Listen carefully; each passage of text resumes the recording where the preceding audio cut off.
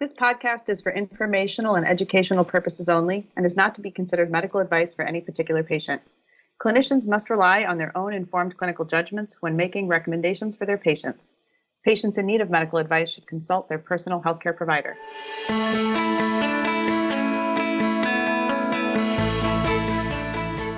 From UPMC Children's Hospital of Pittsburgh, welcome to That's Pediatrics. I'm your co-host, Amanda Pahalik. I'm Assistant Professor of Pediatrics, and I'm here with Dr. Brian Martin, Vice President of Medical Affairs for UPMC Children's Hospital of Pittsburgh. Today, we have Dr. Justin Schreiber, Assistant Professor of Psychiatry and Pediatrics. Dr. Schreiber is here today to chat with us a little bit about the Whole Child Wellness Clinic, which is the first of its kind in the United States and is a behavioral health medical home pilot for children and adolescents. Welcome, Dr. Schreiber. Thanks a lot for having me on. So I'd really love to hear a little bit about what your background's in. I see that your interests are in pediatric physical and behavioral health and how that brought you here to UPMC Children's Hospital of Pittsburgh and how that led to the Whole Child Wellness Clinic. Yeah, so I did the triple board program here, a combination of pediatrics, adult, and child psychiatry. And there's only 9 of them in the country. And we think we're really lucky in Pittsburgh to have one here. And it's when I was in training, I knew I really wanted to work with especially kids who had a combination of needs, both in physical and behavioral health, and was thinking a lot about kids who had chronic medical conditions and the physical needs for them or the behavioral health needs for them. And also thinking about just in general, looking at the whole picture when looking at kids. And so when I was looking around at programs, I was really excited at Pittsburgh to have, a really top-end children's hospital, a top-end psychiatric hospital to get trained in for both. And that really brought me here and pulled me away from sunny Southern California, but has kept me here because I've really felt like there's such great programming here and ability to really grow and develop clinics like Whole Child. Justin, that's awesome. Anybody who moves and stays in Pittsburgh from Southern California is committed to their craft, so to speak, and also to our institution. Weather-related jokes as we record this in February aside, tell us a little bit about the conception, maybe the definition of whole child wellness first, and its conception. And if you would too, for our listeners, could go into a little bit about the role that philanthropy has played in regard to this as a pilot, and then also what a pathway to sustainability or might look like even after a pilot phase. So yeah, really this was a brainchild of families identifying the need to get some of their kids who were struggling to really find a great landing spot for the behavioral health needs that they identified for their children. And so seeing at times where they felt like that maybe they were having to tell their story multiple times, identifying that maybe they weren't finding the clinic that necessarily had the needs that their child might need at that time. And so really thinking through how could we put together something where we could provide really that home, both in the physical, behavioral health. A lot of kids have to see a therapist or psychologist before they see the psychiatrist. There might not necessarily be the kind of care coordination need to navigate the system for behavioral health. And then also the family's needs, what they're going through, and really identifying the supports that they might need. Really, it was seeing how all those parts fit together. And this is what developed into this clinic that we have where a psychologist, Dr. Reef, and myself see them together. We have a family support partner, Nafisa Wynn, who gets to work with the families throughout the time that they're with the clinic. And then Abby Meisels, our nurse coordinator, really helps with establishing coordinator and support. And a lot of these positions, so the family support partner is not one that you can apply for insurance to get covered. That's a position that in other situations has been grant funded. And so without philanthropy, that position couldn't exist. Oftentimes doing a combined visit with a psychologist or therapist and a psychiatrist together is really impossible to get covered by insurance because they view those as things that need to happen on different days. And then being able to do both physical and behavioral health together oftentimes is, again, one of those areas where insurers just really don't understand how that connects. And so they view them as kind of separate piles. And so you can't necessarily get that covered both in the same day. So without philanthropic support, we wouldn't be able to establish this program. And it's allowed for us to continue to run it as we're trying to find ways that we can maybe get it to better fit within an insurance program or another way to get it funded long term. So I'm kind of imagining that this has had a lot of additional challenges in the last year with the increase in need for telemedicine visits. I'm really curious how you've managed that challenge and perhaps also increased need for whole child wellness with the COVID pandemic. Yeah, when we so we're based right now in the primary care clinic in Oakland as our kind of beginning pilot location that we've been at. And when we were really moving towards everything virtual, we immediately switched to accessing virtual services, getting people plugged in as quick as possible. So we pretty much went from one day being in the clinic to the next day we had set up so that we had everything virtual. So we didn't have to lose any time of getting those kids access to services. We also had to figure out how to navigate having 4 of us on at different locations and also being able to get the family on. And luckily we're able to kind of go through all the different options of ways we could be able to make that work. And really would say that we didn't lose a beat in terms of continuing care and also being able to make sure that that we were continuing to get in new kids. And I think also, like you were mentioning, the need is so much higher. A lot of the families we were working with, a lot of their kids were getting access to food services through school, and all of a sudden with that lack of access or not being able to transport, getting to the locations where we were helping families with just being able to say, what are all the services you need right now? Not just the therapy support, not just medication management, but also just the day-to-day things to be able to live. And so our care coordinator, our nurse coordinator really worked hard on being able to make sure that those supports were available. And as we were getting back into school and doing virtual school, trying to come up with plans to say, how do we work with this new schooling environment? What do you need? You had an IEP in place before. How do we adjust that to virtual? And so really thinking through how is this adjustment happening, not just within our own clinic setting, but happening for the day-to-day world life experience that a lot of these families are going through. Those are really, really good points. And, and to me, it's amazing how quickly your experience parallels so many other of our clinical service lines that took some existing infrastructure that wasn't maybe super fleshed out, but at a really rapid pace and rapid turnaround, we're able to kind of flip it or pivot. That word's probably overused right now, but and really make access a reality for your patients and whole child wellness. Could I ask you a moment about patient identification, demographics, types of diagnoses, and also how is this service, because I really see it kind of as a service line, how is it, and if it's not a service line, please correct me, but how is it received by your other colleagues in primary care, pediatrics, and family medicine? So we've been working with, again, starting off primarily in our primary care clinic, generally a clinic that has a high percentage of patients that have Medicaid services, oftentimes a higher percentage of low income, and I would say a little more diversity in terms of who's coming into our clinic than maybe some others in the city. And so we've, I think in identification of that, really recognize that there might be needs, for example, transportation support, other areas of identifying needs for support that might be a little bit different. So that's been something that we've really been considering in these beginning stages as we're growing. Now we're planning to continue to expand, and I think we recognize that demographics might shift a little bit as we continue to grow to work with other clinics, thinking about some future clinics that within the CCP areas that we're planning to open up to work with. And so I really see that there could be some kind of changes in growth, and we're going to be learning a lot more as we do that.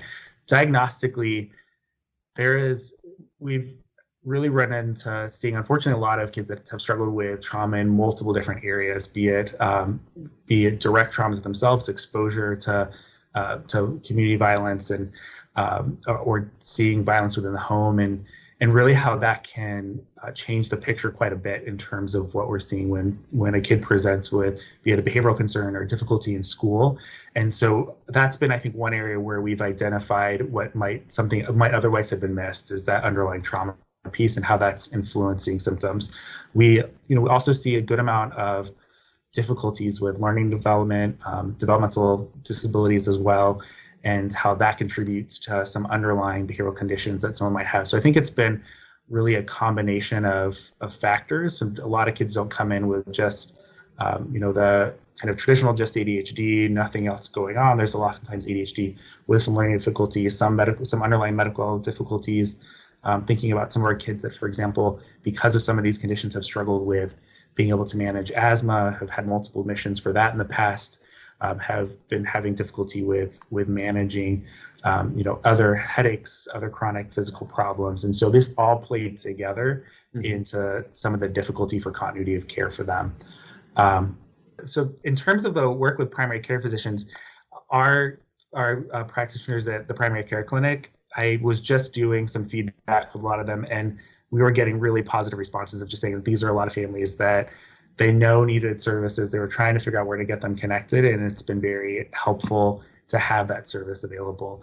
And so knowing that they just have another place that they can send families to, and a place that also a building those families already know, a building that they're comfortable with, and so kind of reduces some of that stigmatization of getting behavioral health support. What about I'm curious about trying to reach out to those folks who maybe don't have the Oakland Clinic as their primary care. How do you do that kind of outreach and get the word out that this clinic exists, that that it's available as a resource to families in need? Are there additional sort of community groups that can help with that process?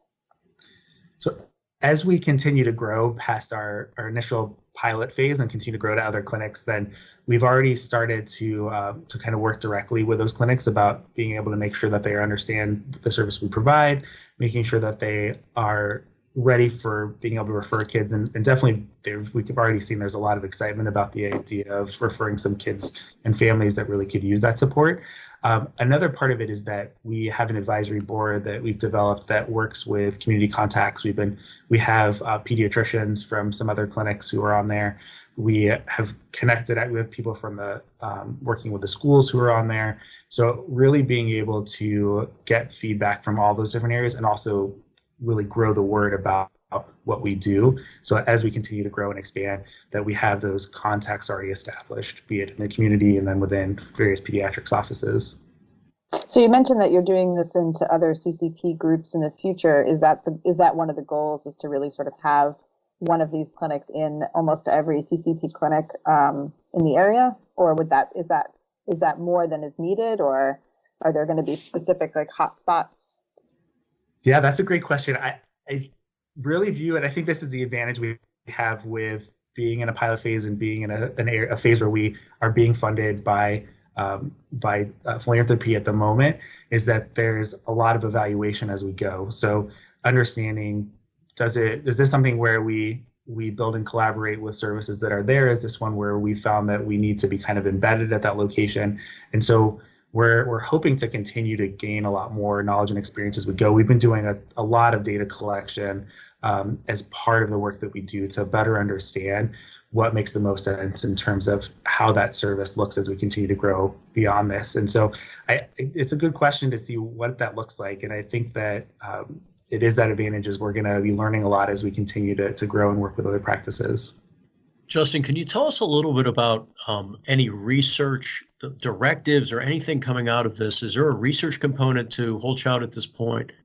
We're not really focused as much on traditional IRB focused type of research. And the reason for that is, when developing the idea behind the clinic, there was more of a focus on how can we make sure that we're starting to provide this service from day one. And I think there was a question about how do we do this if we were also, would we be turning people off if we were saying we're going to be doing this as a research project? And though a lot of the kids we work with in the primary care clinic, we do research a lot through there, I think there's also the understanding that that when it comes to behavioral health, when it comes to research, that sometimes we might not capture everyone and we say that's the focus.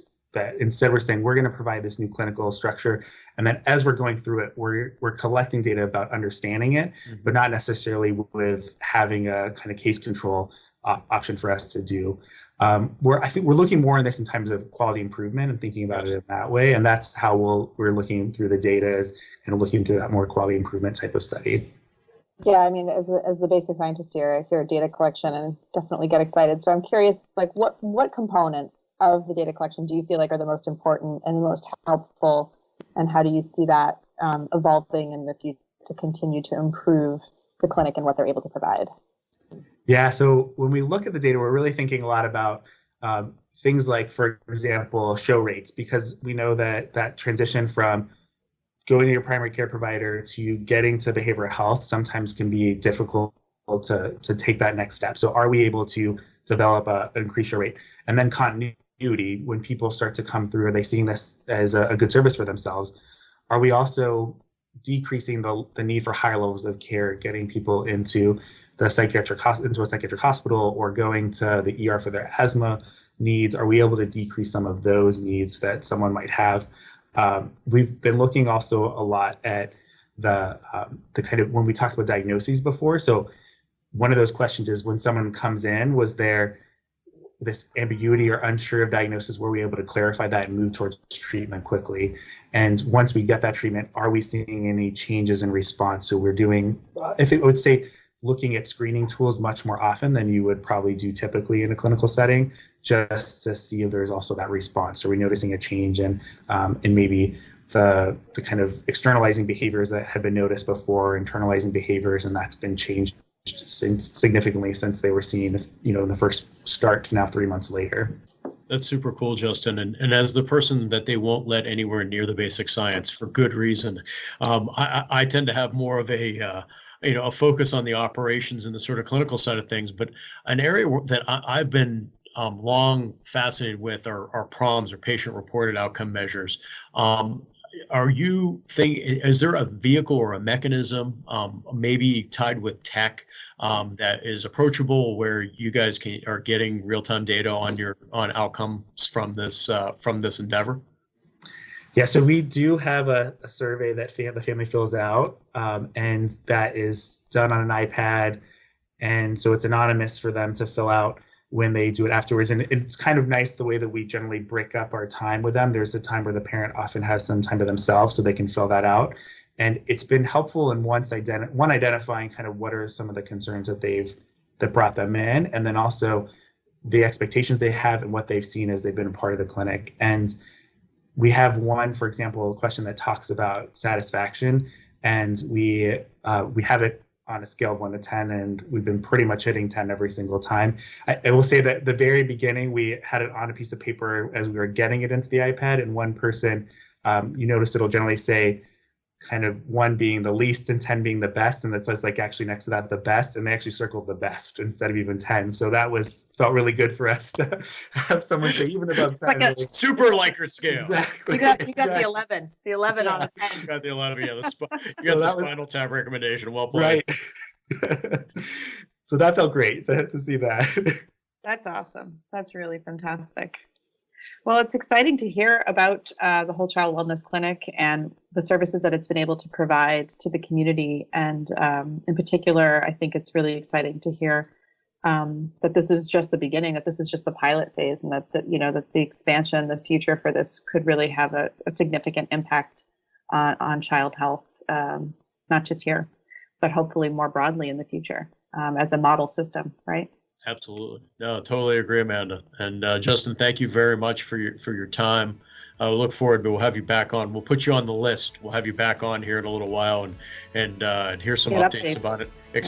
This exciting marriage of behavioral health and physical health together under one roof. It's great stuff. Fantastic. Thanks so much for joining us today. Thanks a lot for having me on. You can find other episodes of That's Pediatrics on iTunes, Google Play Music, and YouTube. Be sure to subscribe to keep up with new content. Leave a review and tell us what other topics you'd like our experts to cover. Thanks for listening.